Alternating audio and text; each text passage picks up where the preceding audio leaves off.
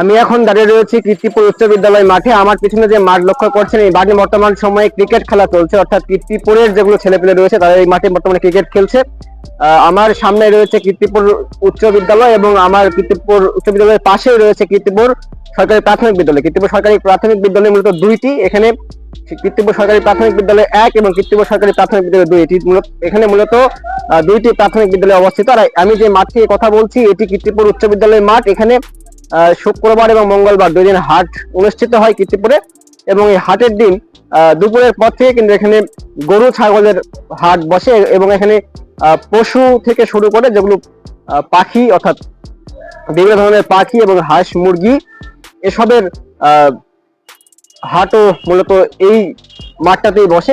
মাঠের এই পাশটাতে হাঁস মুরগি এবং বিভিন্ন ধরনের পাখি বিক্রয় হয়ে থাকে। আর বিস্তীর্ণ মাঠ দেখছেন, এই মাঠে মূলত গরু ছাগল বিক্রয় হয়ে থাকে। আমি মূলত এই মাঠ থেকে এখন বর্তমান সময়ে কথা বলছি। আমি এখন কীর্তিপুর বাজারের দিকে যাব এবং বাজারের দিকে যে কীর্তিপুর বাজার কেমন সেটি আপনাদের মধ্যে ধরার চেষ্টা করবো। তো চলুন বাজারের দিকে যাওয়া যাক।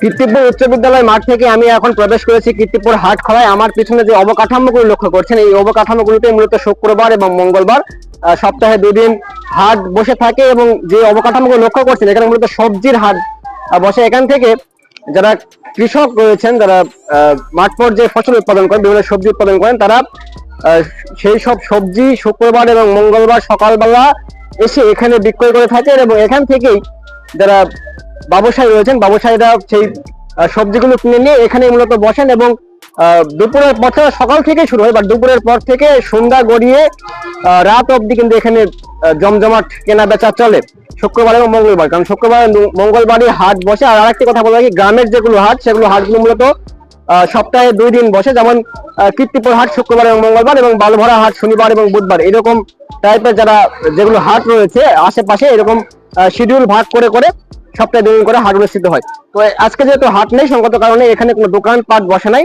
তবে স্থানীয় কিছু দোকান রয়েছে, সেসব দোকানগুলো আপনাদের মাঝে তুলে ধরার চেষ্টা করবো। দর্শক, আমার পিছনে যে দোকানটি লক্ষ্য করছে এটি মূলত টি স্টল। এখানে এটা মূলত চায়ের দোকান, এবং চায়ের পাশাপাশি এখানে মুখরোচক বিভিন্ন খাবার তৈরি করে থাকেন, যেমন পুরি পেঁয়াজু থেকে শুরু করে আরো যেগুলো মুখরোচক তেলে ভাজা মুখরোচক খাবার রয়েছে, এগুলো খাবার কিন্তু এই দোকানগুলোতে তৈরি করা হয়। এবং এখান থেকে প্রতিদিনই বিক্রয় হয়। যেহেতু আজকে হাটের দিন নয়, সঙ্গত কারণে একটু হয়তোবা কম জনসমাগম দেখছেন, বাট যখন হাটের দিন হয় সেই সময়টাতে কিন্তু এখানে পা ফেলার জায়গা থাকে না এবং প্রচুর বিক্রয় হয়। পাশাপাশি যেহেতু এটা স্থায়ী দোকান, সঙ্গত কারণে কিন্তু হাটের দিনের পাশাপাশি হাট ব্যতীতও সপ্তাহের প্রত্যেকটা দিনই এখানে দোকান অনুষ্ঠিত হয়। এবং কীর্তিপুরের যেগুলো মানুষ রয়েছেন তারা কিন্তু এখানে এসে চা এবং এসব মুখরোচক খাবার খেয়ে থাকেন। বাট হাটের দিন কীর্তিপুরের পাশাপাশি কীর্তিপুরের আশেপাশের যেগুলো অঞ্চল রয়েছে সেগুলো অঞ্চল থেকে এখানে অসংখ্য মানুষ মূলত এই হাটে জনসমাগম করেন, এবং তারাও এখানে হাটের দিন মূলত এই দোকানগুলোতে চা এবং মুখরোচক খাবার খেয়ে থাকেন। পাশাপাশি হাটের দিন বাকি সপ্তাহের অন্যান্য দিনগুলোতে এখানে কীর্তিপুরের স্থানীয় যেগুলো লোকজন আছে তারা এখানে মূলত চা এবং মুখরোচক খাবার খেয়ে থাকেন। দর্শক, আমি যেখানে দাঁড়িয়ে আছি এটি মূলত কীর্তিপুর হাটের মাছ হাটি। এখানে হাটের দিন অর্থাৎ সপ্তাহে 2 দিন এখানে হাট অনুষ্ঠিত হয়, শুক্রবার এবং মঙ্গলবার।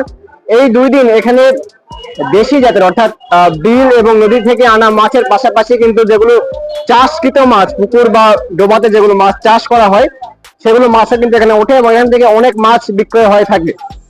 এখানে অসংখ্য মাছ নিয়ে আসেন যারা মাছ ব্যবসায়ী রয়েছেন তারা। এবং এই কীর্তিপুর হাটে কিন্তু যারা পুকুরে মাছ চাষ করেন তারা পুকুর থেকে মাছ কিনে নিয়ে এসে হাটে বিক্রয় করে থাকেন। পাশাপাশি যারা মাছ ব্যবসায়ী রয়েছেন তারা এখান থেকে মাছ কিনে নিয়ে কীর্তিপুর হাটে মাছ বিক্রয় করার পাশাপাশি এখান থেকে মাছ অন্যত্র নিয়ে চলে যান।